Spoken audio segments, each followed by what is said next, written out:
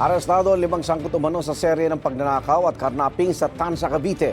Ayon sa pulisya, nag-report sa kanilang isang residente ng Tansa matapos manakaw ang kanyang motorsiklo. Nagsagawa ng hot pursuit operation ng mga pulis at nahuli sa General Trias ang 3 sa 5 suspect. Na-recover sa kanilang tinangay ng motorsiklo pati isang granada at baril na walang serial number. Na-arrest naman sa kanilang hideout ang 2 pa nilang kasamahan. Ayon sa mga pulis, ang 5 ay suspect din sa ilang pang insidente ng nakawan sa iba't ibang bahagi ng Cavite. Wala silang pahayag.